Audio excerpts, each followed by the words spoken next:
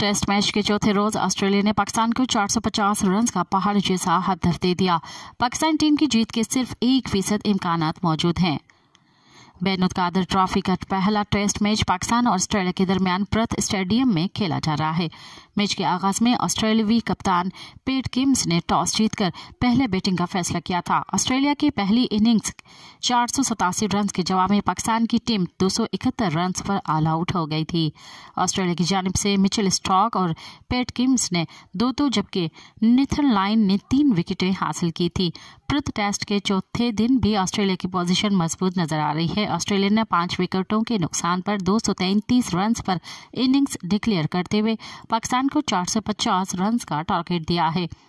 पाकिस्तान की तरफ से खुर्रम शहजाद 3 और आमिर जमाल 1 विकेट हासिल करने में कामयाब हुए। मज़ीद खबरन ऐं तफ़सीलात लाइ विज़िट कयो असांजी वेबसाइट www.awamiNewsHD.com ऐं ॾिसंदा रहो अवामी न्यूज़ HD।